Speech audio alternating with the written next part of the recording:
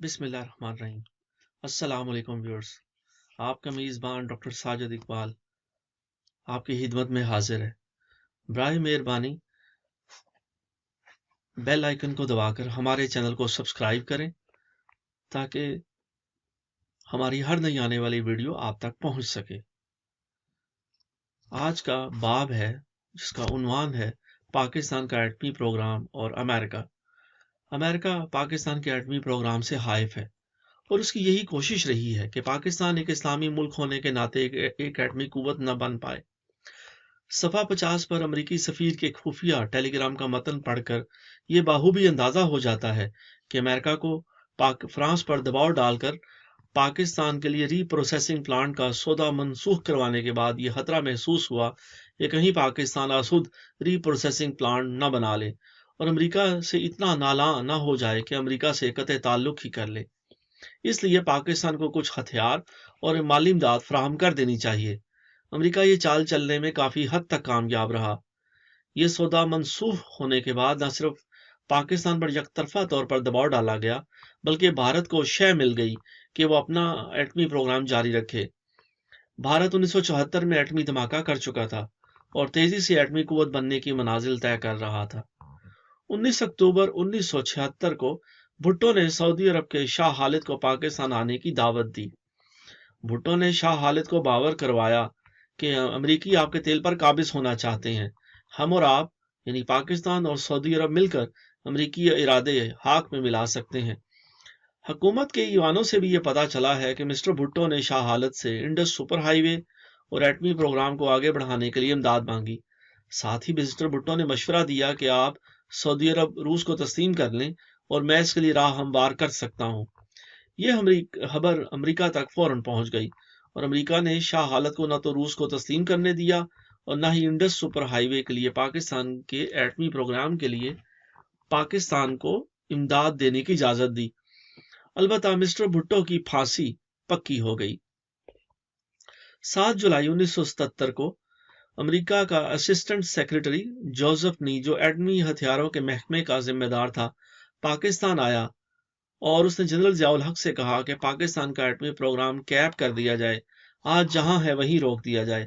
General Zia الحق نے اپنے محسوس انداز میں اس کو ٹھینگا دکھا دیا۔ سیکشن ٹائٹل ہے جی فرانسیسی جیمز بانڈ۔ 1978 میں فرانسیسی ری پروسیسنگ پلانٹ کا سودا منسوخ کروانے کے بعد امریکہ کی آنکھوں میں کہوٹا کھٹک رہا تھا۔ وہ یہ جاننا چاہ رہا تھا کہ پاکستان اس جنگل بیاباں میں کیا کر رہا ہے۔ امریکہ نے جہاں اپنے ہوائی جہازوں اور جاسوسوں سے کام لیا وہیں اسلام آباد میں مقیم چند سفارتکاروں کو بھی اس بات پر مامور کیا کہ وہ کہوٹا کے علاقے کی سیر کریں اور دیکھیں کہ وہاں کیا ہو رہا ہے۔ کہوٹا ایٹمی پلانٹ کی سیکیورٹی ISI کی ذمہ داری نہ تھی۔ اس مقصد کے لیے ایک علیحدہ سیکیورٹی آرگنائزیشن قائم تھی جو کلی طور پر خود مختار سربراہ کی قیادت میں اپنے فرائض سر انجام دیتی تھی۔ جس زمانے کا میں ذکر کر رہا ہوں اس وقت میجر جنرل ریٹائرڈ سید AZ نقوی کو فوج سے ریٹائرمنٹ کے بعد PAEC Pakistan atomic energy commission کی سیکیورٹی کا سربراہ تعینات کیا گیا تھا۔ جنرل نقوی جب لاہور میں 10 ڈویژن کے جنرل آفیسر کمانڈنگ تھے، میں ان دنوں کور ہیڈ کوارٹرز میں GSO-1 آپریشنز کے فرائض سر انجام دے رہا تھا۔ ہمارے باہم تعلقات کا آغاز اسی زمانے میں ہوا، مگر بعد ازاں جنرل صاحب کے اسلام آباد آنے پر یہ تعلقات نئے سرے سے استوار ہو گئے۔ ہمارے درمیان پائی جانے والی پیشہ ورانہ ورکنگ ریلیشن شپ کی بنیاد پر وہ کبھی کبھار ISI سے پاکستان اٹامک انرجی کمیشن کی سیکیورٹی کے حوالے سے معاونت کے لیے کہتے یا کبھی ہمیں کسی اہم کیس پر تحقیقات کرنے کے لیے بھی کہہ دیتے۔ ایٹمی ریسرچ کی تنصیبات اور ادارے جن میں پاکستان انسٹیٹیوٹ آف ٹیکنالوجی بھی شامل ہے روز اول سے ہی ہمارے دشمنوں کی انٹیلیجنس ایجنسیوں کی نظر ہاش کا نشانہ ہے، اور روز اول سے ہی دشمنوں کی کوشش رہی ہے کہ وہ کسی نہ کسی طور پر یہ جان لیں کہ کہوٹا کے اندر کیا ہو رہا ہے۔ فرانسیسی سفارتکار اس معاملے میں دوسروں کی نسبت کچھ زیادہ ہی متفکر واقع ہوئے تھے اور اکثر اوقات انہیں کہوٹا کے قرب و جوار میں جڑی بوٹیاں اور پتھر تلاش کرتے پایا گیا۔ آپ کو یقین نہیں آئے گا کہ 26 جون 1979 کو اسلام آباد میں فرانس کے سفیر اور ان کے فرسٹ سیکریٹری اپنی کار میں ایک ایسے ہی خفیہ مشن پر کہوٹا کی طرف روانہ ہوئے۔ فوٹوگرافی کا جدید ساز و سامان ان کے ہمراہ تھا۔ ان کا ٹارگٹ کہوٹا کمپلیکس اور اس کے گرد و نواح کی تصویر کشی تھا۔ صاف ظاہر ہے کہ یہ مشن اتنا حساس اور اہم تھا کہ خود سفیر صاحب علاقے کے سروے کے لیے تشریف لے گئے، اور اس سروے میں پلانٹ کی عمارت کو جانے والے راستوں، اس کے در و دیوار، اس کے گرد و پیش سیکیورٹی کے سسٹم اور سارے ممنوع علاقے کا تفصیلی مطالعہ شامل تھا۔ بنیادی طور پر یہ فوٹوگرافی اور دیکھ بھال کا مشن تھا جو عام طور پر اس علاقے میں کیا جاتا ہے جہاں حملہ کرنا مقصود ہو۔ تاہم یہ بات ابھی تک راز ہی ہے کہ پاکستان کو ایٹمی ری پروسیسنگ پلانٹ کی فراہمی سے انکار کے بعد فرانس کہوٹا کے بارے میں اس قدر تشویش میں کیوں مبتلا تھا، اور کس کی ماں پر اس نے اس خطرناک مشن میں اپنے 2 اعلیٰ ترین سفارتکاروں کی زندگیاں داؤ پر لگانے کا فیصلہ کیا۔ ایسے مشن کسی صورت میں بھی اعلیٰ اتھارٹی کی اجازت کے بغیر عمل میں نہیں لائے جاتے۔ معلوم نہیں اس مشن کی اجازت فرانس کے صدر سے حاصل کی گئی تھی یا وہ سرے سے اس سے آگاہ ہی نہیں تھے۔ تاہم یہ وثوق سے کہا جا سکتا ہے کہ فرانس کے سفیر کا مقصد محض کہوٹا کے فطری حسن سے لطف اندوز ہونا نہیں تھا۔ انہیں اچھی طرح علم تھا کہ علاقے کی کیا اہمیت ہے اور وہ کسی صورت میں بھی اس سیکیورٹی زون میں داخل نہیں ہو سکتے۔ اس لیے ان کی یہاں آمد کا مقصد علاقے کے بارے میں زیادہ سے زیادہ معلومات حاصل کرنا تھا تاکہ کہوٹا پر کسی زمینی یا فضائی حملے کی صورت میں 100% کامیابی کو یقینی بنایا جا سکے۔ انہیں کن حالات، کس چیز اور کن لوگوں نے ایک باعزت سفارتکار سے گھٹیا قسم کا 007 جیمز بانڈ بننے پر مجبور کیا، اس کا جواب تو وہی دے سکتے ہیں۔ تاہم ہمارے نزدیک یہ انتہائی بچگانہ اور احمقانہ حرکت تھی۔ یہ افراد کہوٹا پہنچ کر اس کے گرد و نواح میں مکانوں اور درختوں کے بیچ سے گزرتے ہوئے اور شتر مرغ کی چال چلتے ہوئے تصویریں اتارنا شروع ہوئے۔ ان کی اس حرکت کا دیہاتیوں نے کوئی خاص نوٹس نہ لیا، لیکن چند لڑکوں نے سمجھا کہ یہ گورے ان کی تصویریں بنا رہے ہیں، چنانچہ انہوں نے چیخنا چلانا شروع کر دیا۔ گاؤں کے لوگ جو ارد گرد کھیتوں میں کام کر رہے تھے شور سن کر بھاگ کر آ گئے۔ لڑکوں نے چیخ کر انہیں بتایا کہ یہ گورے ہماری تصویریں اتار رہے ہیں۔ بس پھر کیا تھا، لوگوں نے آؤ دیکھا نہ تاؤ ان کی دھنائی شروع کر دی۔ یہ تو ان کی خود قسمتی تھی کہ گاؤں کے چند بزرگ بھی پہنچ گئے اور انہوں نے بیچ بچاؤ کروا دیا۔ بہرحال اس وقت تک وہ لوگ ان کی ہڈیاں پسلیاں توڑ چکے تھے۔ اس مہمان نوازی کے باوجود فرانسیسی سفارتکاروں نے بے شرمی اور ڈٹائی کی انتہا کر دی۔ انہیں اس واقعہ کے خلاف ہمارے دفتر خارجہ میں جا کر باقاعدہ احتجاج ریکارڈ کروایا۔ دفتر خارجہ نے پہلے جنرل نقوی سے اس بارے میں پوچھا، مگر وہ اس سارے معاملے سے لا علم تھے۔ انہوں نے مجھے فون کیا اور پوچھا، ارشاد میاں کہوٹا میں کیا ہوا؟ میں نے فوراً جواب دیا، جی کیا ہوا مجھے تو معلوم نہیں، آپ ہی بتائیے۔ لیکن انہوں نے فون بند کر دیا۔ میں نے سوچا کہوٹا میں ضرور کوئی نہایت اہم واقعہ رونما ہوا ہے اور ابھی جنرل اختر بھی مجھ سے پوچھیں گے۔ چنانچہ میں نے فوراً اپنا ایک آفیسر کہوٹا کی طرف روانہ کیا تاکہ معلومات حاصل کی جا سکیں۔ جب جنرل اختر نے مجھے اپنے کمرے میں بلا کر پوچھا، اس وقت تک میرا بھیجا ہوا افسر تمام معلومات حاصل کر کے واپس آ چکا تھا۔ کہوٹا میں کیا ہوا ہے؟ ظاہر ہے ہمارے دفتر خارجہ نے صدر صاحب کو رپورٹ کیا ہوگا اور انہوں نے جنرل نقوی کے بعد جنرل اختر سے پوچھا ہوگا۔ میں نے جنرل اختر کو تمام تفصیل بتا دی۔ جنرل اختر چونکہ یہ جانتے تھے کہ ہماری ٹیم کے کان بہت لمبے اور آنکھیں بہت دور تک جاتی ہیں، اس لیے انہوں نے ذرا اپنی ناک اور آنکھیں سکیڑ کر مسکراتے ہوئے پوچھا، کیا تمہارے لڑکے تو وہاں نہیں تھے؟ میں نے جواب دیا کہ ہماری اطلاع کے مطابق فرانسیسی جاسوس اپنی گاڑی میں بیٹھ کر اسے خود ڈرائیو کرتے ہوئے واپس آ گئے ہیں۔ اس سے صاف ظاہر ہے کہ ہماری ٹیم وہاں نہیں تھی۔ اگر ہمیں یہ علم ہوتا کہ وہ کہوٹا کے تفریحی دورے کا اعزاز بخش رہے ہیں تو ہم اس سے بہتر طریقے پر ان کی خاطر تواضع کرتے اور انہیں بڑے اعزاز کے ساتھ رخصت کرتے۔ میری یہ گفتگو سن کر جنرل اختر کے چہرے پر ایک فخریہ مسکراہٹ آ گئی اور یہ سب مینوان صدر صاحب سے کہہ دیا۔ فرانسیسیوں نے ہمارے فارن آفس کے پاس اپنا احتجاج ریکارڈ کراتے ہوئے بیان دیا تھا کہ کوہٹا کے سیکیورٹی سٹاف نے انہیں زدوکوب کیا ہے، مگر انہوں نے امریکیوں کو کچھ اور ہی کہانی سنائی، جس کا علم مجھے ایران سے شائع ہونے والی وہ کتاب پڑھ کر ہوا جو ایرانی طلباء کے امریکی سفارت خانے پر قبضے کے بعد حاصل کی جانے والی اہم دستاویزات پر مشتمل تھی۔ متعلقہ حصے کا ترجمہ کچھ یوں ہے: خفیہ امریکن سفارت خانہ، اسلام آباد، 29 جون 1979۔ Secretary of state, Washington. عنوان: فرانسیسی سفارتکاروں کا اسلام آباد ایٹمی صلاحیت والے کارخانے کے قریب زدوکوب۔ مختصراً، فرانس کے سفیر اور اول سیکرٹری کو 26 جون کو کوہٹا کے قریب کچھ ٹھگوں نے اس وقت زدوکوب کیا جب اپنی گاڑی میں اس گاؤں کے نزدیک گزر رہا تھا۔ کہتا ہے کہ پاکستان کی حکومت نہیں چاہتی کہ کوہٹا کے نزدیک جہاں یورینیم کا کارخانہ ہے کوئی غیر ملکی آئے۔ تفصیل: جین فورڈ لوٹ نے 28 جون کو ہمیں اطلاع دی کہ 26 جون کی شام وہ اور اس کا سفیر کوہٹا کے علاقے سے جو اسلام آباد سے 30 میل کے فاصلے پر واقع ہے واپس اسلام آباد آ رہے تھے کہ راستے میں چند ٹھگوں نے انہیں پیٹا۔ 1978 میں فورڈ لوٹ اپنے ایک آسٹریلوی سفارتکار کے ہمراہ اس علاقے میں گیا تھا جہاں خیال کیا جاتا ہے کہ پاکستان ایٹم بم بنا رہا ہے۔ انہوں نے اس علاقے کی کافی تصویریں اتاری تھیں۔ فورڈ لوٹ اپنے سفیر کے ساتھ پچھلے ہفتے سفرا کی میٹنگ کے دوران پاکستان میں ایٹمی ہتھیاروں کی تیاری کے بارے میں استفسار کیا تھا۔ فورڈ لوٹ نے رضاکارانہ طور پر اپنی خدمات پیش کی کہ وہ اپنے سفیر کو اس علاقے میں لے جائے گا اور علاقہ ویسے بڑا خوبصورت ہے اور سیاحت کے کتابچے میں بھی اس کا ذکر ہے۔ فورڈ لوٹ اور اس کا سفیر شام تقریباً 4 بجے اسلام آباد سے کوہٹا روانہ ہوئے اور رستے میں ہی چند ایک دیدہ زیب مقامات پر رکے۔ نہ ان کے پاس کوئی کیمرہ تھا اور نہ ہی وہ گاڑی سے باہر آئے، مگر جیسے ہی انہوں نے کوہٹا سے واپسی کا سفر اختیار کیا، ایک بسنتی رنگ کی گاڑی میں 4 افراد سوار تھے، ان کے پاس سے گزری اور آگے جا کر رک گئی۔ آگے سے ٹرک بھی آ گیا اور راستہ تقریباً بند ہو گیا۔ فورڈ لوٹ نے کار کو ریورس کرنا چاہا تو 2 موٹر سائیکل سوار آ گئے اور راستہ روک لیا۔ ان لوگوں نے ان کی دھنائی شروع کر دی۔ نہ وہ فوجی لگ رہے تھے نہ ان کے پاس ہتھیار تھے، پر ان کی شکلیں غنڈوں جیسی تھیں۔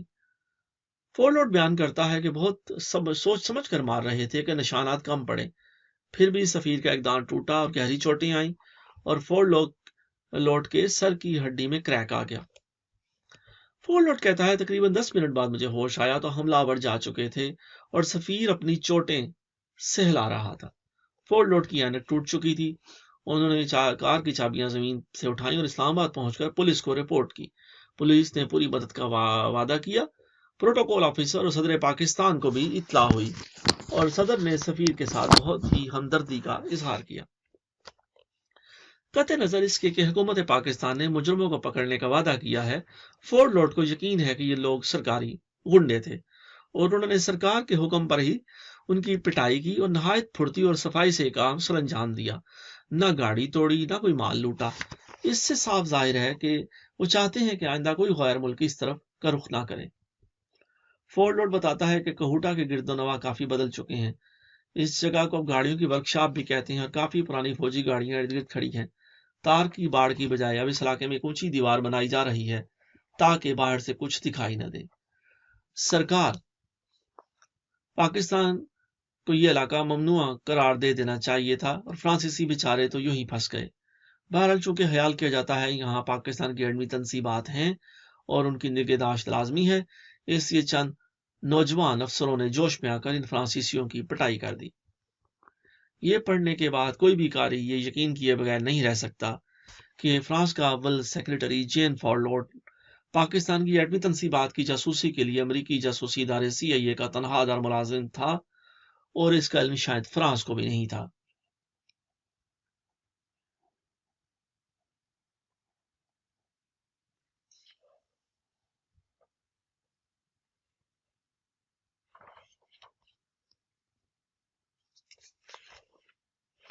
کاش ہماری ایجنسیوں کے پاس اس قسم کے ملک دشمن جاسوسوں اور سفارتکاروں سے نمٹنے کے لیے ان کے مقابل کے ذرائع، تکنیک اور قوت آ جائے۔ ڈاکٹر قدیر خان سے ملاقات کی خواہش۔ یہ قصہ بھی اس کہانی کا جزو ہے کہ جس میں امریکہ پاکستان کی گلی گلی اور کوچا کوچا ایٹم بم ڈھونڈ رہا ہے۔ ایک گورے اخباری نمائندے نے ہمارے دفتر خارجہ سے شکایت کی کہ آپ کی ایک سیکیورٹی ایجنسی کے اہلکاروں نے مجھے زد و کوب کیا ہے۔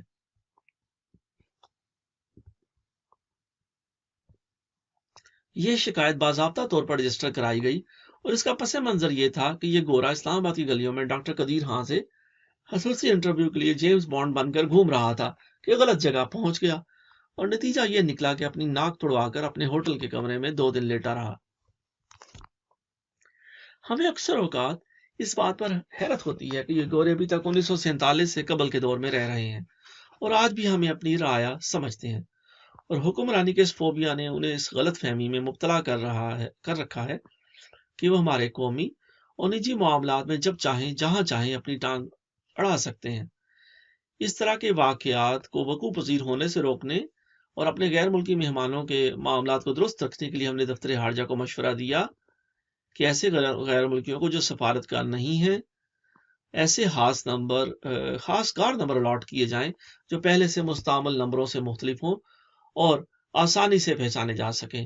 دفتر خارجہ نے ہمارے اس مشورے کو تسلیم کر لیا اور ابھی تک اس پر عمل بھی ہو رہا ہے۔ بہرحال وزارت عدالہ کے جوائنٹ سیکریٹری ضیاء حسن نے، جو میرے اچھے دوست بھی تھے، مجھ سے اس گورے اخباری نمائندے کی پٹائی کے بارے میں پوچھا۔ ہماری نگرانی کرنے والی ٹیم کے ارکان نے مجھے ساری کہانی سنا چکے تھے۔ ان کا کہنا تھا اگر ہم مداخلت نہ کرتے تو اس گورے صاحب کی ہڈی پستی ایک ہو جاتی۔ واقعہ کچھ یوں تھا کہ اس غیر ملکی صحافی کو جو ڈاکٹر قدیر خان کا انٹرویو کرنا چاہتا تھا، ان کی رہائش گاہ کا علم نہیں تھا۔ وہ صرف ان کے رہائشی سیکٹر کے بارے میں جانتا تھا۔ اس نے محسوس قسمت آزمائی کے لیے ایک گھر کے دروازے پر لگی ہوئی گھنٹی دبا دی۔ جواب میں ایک ملازمہ باہر نکلی۔ ہمارے صحافی دوست نے ٹوٹی پھوٹی اردو ملی انگریزی میں اس خاتون سے ڈاکٹر قدیر خان جو ایٹم بم بنا رہے ہیں اس کا پتہ پوچھا۔ ظاہر ہے کہ یہ سب اس خاتون کے لیے ناقابل فہم تھا۔ اس نے موصوف کو جھاڑ پلائی تو انہوں نے ایک پرانا حربہ استعمال کرنے کا فیصلہ غالباً یہ سوچ کر کیا کہ تیسری دنیا میں کام نکلوانے کا اس سے بہتر طریقہ کوئی اور نہیں ہے۔ چنانچہ اب ان کے ہاتھ میں چند کرارے نوٹ تھے اور وہ زبردستی یہ رقم اس ملازمہ کے ہاتھ میں تھمانے کی کوشش کر رہے تھے۔ وہ بیچاری صورتحال سے خاصی نروس ہوئی اور اس نے اپنا ہاتھ چھڑانے کی کوشش کرتے ہوئے چیخنا شروع کر دیا۔ اس کی یہ غیر متوقع چیخیں سن کر اندر سے اس کا شوہر اور بھائی بھاگتے ہوئے باہر آ گئے۔ نظر آنے والا منظر ان کے لیے ناقابل فہم نہیں تھا۔ خاتون نے بتایا کہ یہ گورا نہ صرف مجھے پیسے دے رہا ہے بلکہ میرا ہاتھ بھی کھینچ رہا ہے۔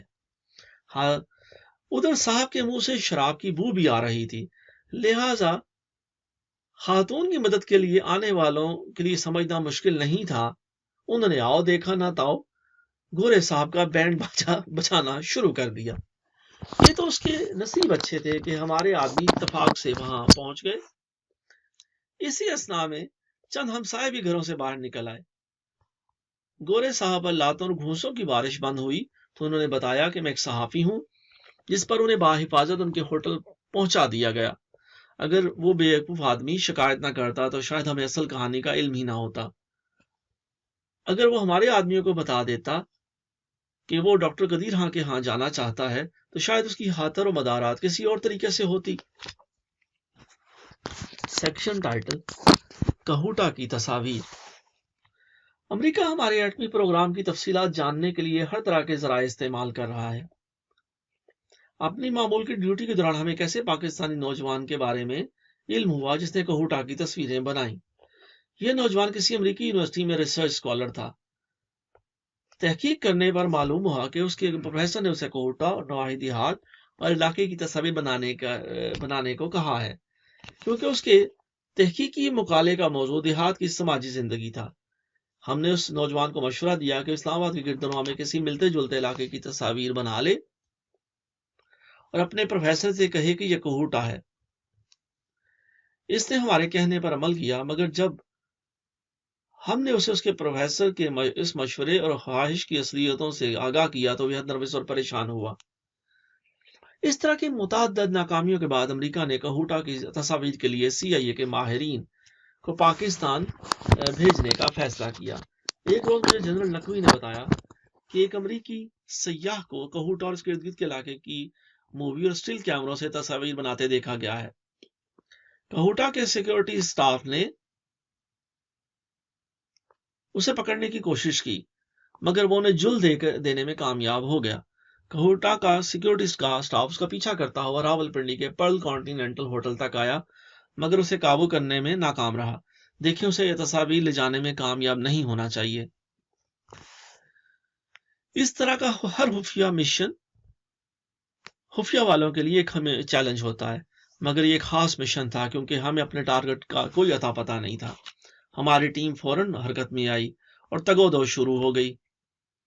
ہم نے ہوٹل کا ریکارڈ چیک کیا، اس کا نام مہمانوں کے رجسٹر میں موجود تھا مگر جس وقت ہم ہوٹل پہنچے وہ ہوٹل چھوڑ کر جا چکا تھا، اور اب اسے تلاش کرنے کا معاملہ گھاس کے ڈھیر میں سوئی ڈھونڈنے والی بات تھی۔ لیکن میں نے بہت دفعہ محسوس کیا ہے کہ اللہ تعالیٰ کا فضل، کوئی غیبی قوت، کوئی غیبی ہاتھ ہر مشکل میں ہماری مدد اور رہنمائی کرتا ہے۔ وہی قوت پاکستان کی رکھوالی کر رہی ہے اور ہمارے جیسے ناتواں اور نادانوں کو روشنی بخش رہی ہے۔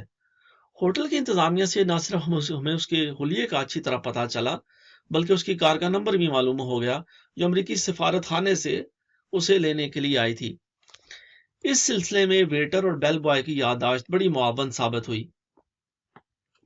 پہلے اور فوری قدم کے طور پر اس کار کو تلاش کرنے کا پیغام نشر کر دیا گیا اور گھنٹے بھر میں ہی ہمیں اطلاع مل گئی کہ مطلوبہ کار نے ٹک پل پار کیا ہے اور پشاور کی طرف جا رہی ہے۔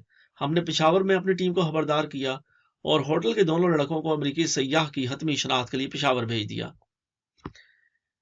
سی آئی اے کی کارکردگی میں ہمارا تجربہ ہے کہ اس کے ایجنٹ کسی بھی غیر ملک میں صرف ایک خاص مشن پر نہیں جاتے بلکہ ان کی کوشش ہوتی ہے کہ وہ اپنے قیام کے دوران ایک سے زیادہ مشن مکمل کر لیں، اور ہمیں ان ہوٹلوں کا بھی علم تھا جہاں عام طور پر امریکی ٹھہرا کرتے تھے، اور ان ہوٹل کے کارکنوں میں ان کے ایجنٹوں کے بارے میں بھی خبر تھی، لہٰذا ان کے لیے خاص کمرہ تیار کرنا ہمارے لیے کچھ مشکل نہیں تھا۔ پتہ چلا کہ اس نمبر کی گاڑی میں 2 امریکی تھے۔ پہلے وہ پشاور میں اپنے افغان ایجنٹوں سے ملاقات کے لیے گئے جس میں افغان مہاجرین کے کیمپوں میں قائم مراکز صحت میں کام کرنے والے کارندے بھی شامل تھے۔ ان لوگوں کے ساتھ انہوں نے طویل ملاقاتیں کی اور وہ رات گئے پشاور آئے اور ہوٹل میں ان کے لیے خاص طور پر تیار کرائے گئے کمرے میں دانستہ طور پر پہنچ گئے۔ وہ صبح کاذب تک وہاں رپورٹیں وغیرہ مرتب کرتے رہے۔ ہم ان پر مکمل نظر رکھے ہوئے تھے۔ اگلے روز انہوں نے سفارتی بیگ میں جانے والی ڈاک کے ذریعے ان سفارتی رپورٹوں پر مبنی لفافے تیار کیے۔ ہمیں یقین تھا کہ کہوٹا کی تصاویر پر مبنی فلمیں وغیرہ بھی اسی سفارتی بیگ میں بھجوا دی جائیں گی اور ان بیگز کو قابو کرنا ہمارے بس میں نہیں ہوگا۔ ہمیں اپنی ساری محنت رائے گاہ جاتی نظر آ رہی تھی۔ صبح سویرے انہوں نے یہ پیکٹ پشاور میں امریکی قونصلیٹ کے عملے کے حوالے کر دیا اور خود ایک بار پھر افغان مہاجرین کے کیمپوں کی طرف روانہ ہو گئے۔ اس مشن پر معمور ہمارے نوجوانوں کے لیے یہ صورتحال خاصی مایوس کن تھی۔ یہ ایک طرح سے مشن کی ناکامی تھی، پھر بھی وہ امید کا دامن ہاتھ سے چھوڑنے کے لیے تیار نہ تھے۔ اسی امید کے ساتھ انہوں نے کمرے کی تلاشی کا فیصلہ کیا۔ تلاشی کے دوران سوٹ کیسوں سے 8 mm کی مووی کے 2 سپول اور کیمرے کی 8 سیل بند فلمیں برآمد ہوئیں۔ یہ اسی غیبی قوت کا معجزہ تھا کہ امریکیوں نے یہ فلمیں سفارتی بیگ کی بجائے بذات خود لے جانے کا فیصلہ کیا تھا، اس لیے ہمارے ہاتھ لگ گئیں۔ صبح 10 بجے کے بعد میں نے یہ برآمد شدہ مال میری میز پر تھا۔ میں نے اپنے ڈی جی اور جنرل نقوی کو خبر دی کہ مشن کامیاب رہا۔ جنرل نقوی صدر ضیاء کو پہلے یہ اطلاع دے چکے تھے کہ ایک امریکی نے کہوٹا کی فلم بندی کی ہے، لہٰذا ہم نے انہیں خوشی اطلاع دی کہ ہم نے فلمیں حاصل کر لی ہیں۔ تاہم ابھی یہ فیصلہ کرنا مشکل تھا کہ یہ مطلوبہ فلمیں ہی ہیں یا ہم کچھ اور لے آئے ہیں۔ مجھے ذاتی طور پر یہ دیکھنے کی بے چینی تھی کہ ان فلموں میں کیا عکس بند ہے۔ میری خواہش تھی کہ ہم اپنی فوٹو لیب میں دھلوائیں، مگر ڈی جے نے مجھے ہدایت کی کہ میں نے جنرل نقوی کے حوالے کر دوں۔ میں نے جنرل نقوی سے رابطہ کیا تو وہ صدر سے ملنے جا چکے تھے، شاید یہ بتانے کہ ISI کی ٹیم نے فلمیں برآمد کر لی ہیں۔ سپہر کو ڈی جے نے مجھے اپنے کمرے میں بلایا۔ وہ فلمیں کہاں ہیں جن کا تذکرہ کر رہے تھے؟ میرے پاس ہیں۔ انہیں یہاں لے آئیے۔ ڈی جی نے حکم دیا اور میں نے وہ مال ڈی جی کی میز پر رکھ دیا۔ ہمیں یہ امریکیوں کو واپس کرنا ہے، یہ صدر کا حکم ہے، جنرل صاحب بولے۔ ان کا یہ حکم سن کر مجھے بہت پریشانی ہوئی۔ جس مشن کو ہم نے اتنی محنت اور بھاگ دوڑ کے بعد مکمل کیا تھا، اس کے بارے میں صدر مملکت یہ حکم دیں گے، یہ میرے وہم و گمان میں بھی نہ تھا۔ میں نے شکستہ دلی سے کہا، سر، کم سے کم ان فلموں کو روشنی تو دکھا دیں تاکہ ان پر ہماری ایٹمی تنصیبات کا عکس باقی نہ رہے۔ مگر ڈی جی صاحب کچھ بھی سننے کے موڈ میں نہ تھے۔ انہوں نے تحکمانہ لہجے میں کہا، صرف وہ کرو جو صدر صاحب نے حکم دیا ہے، وہ بہتر جانتے ہیں۔ صدر کے حکم کی سندھی تقلید پر اپنے ڈی جی کے بارے میں میرے دل میں پہلی بار منفی جذبات پیدا ہوئے، مگر میں بے بس تھا۔ وہ فلمیں امریکی سفارت خانے کو واپس کر دی گئیں۔ میں کئی روز تک پریشانی میں مبتلا رہا، اور ایک روز میرے استفسار پر جنرل نقوی نے مجھے بتایا، تم جانتے ہو میں صدر کو پہلی اطلاع دے چکا تھا کہ ایک امریکی نے کوہوٹا اور اس کے ارد گرد کے علاقے کی عکس بندی کی ہے۔ پھر امریکی سفیر نے صدر سے شکایت کی کہ کسی سیکیورٹی ایجنسی کے افراد نے پشاور کے ایک ہوٹل میں ایک امریکی سیاح کے کمرے کی تلاشی لے کر اس کے سوٹ کیس سے پاکستان کے قدرتی مناظر کی عکس بندی پر مشتمل کچھ فلمیں چرا لی ہیں۔ ان فلموں میں محض پوٹو ہار کی دیہاتی زندگی کے مناظر ہیں، اس کے علاوہ ان کی کوئی خاص اہمیت نہیں۔ میں نے جب صدر کو اس واقعہ کی اطلاع دی تو انہیں یہ بھی بتایا کہ وہ فلمیں حاصل کر لی گئی ہیں اور آیا عیسائی نے میرے کہنے پر یہ سب کچھ کیا ہے۔ تاہم صدر نے میری ایک نہ سنی اور ان فلموں کو واپس کر دیا۔ اس واقعہ سے یہ اندازہ لگانا مشکل نہیں کہ امریکہ ہمارے ایٹمی پروگرام کے بارے میں کس قدر جنون میں مبتلا ہے۔ تاہم صدر ضیاء کی مداخلت پر CIA کے کارندے کوہوٹا کی تصویریں لے جانے میں کامیاب ہو گئے۔ امریکی سفیر نے یقینی طور پر ان فلموں کی واپسی کے لیے صدر کی منت سماجت کی ہوگی، مگر صدر نے ہماری کارکردگی کو سراہنے کی بجائے امریکی سفیر کی درخواست پر عمل کیوں کیا؟ یہ ایک ایسا سوال ہے جس کا جواب کوئی حاضر سروس سرکاری ملازم نہیں دے سکتا۔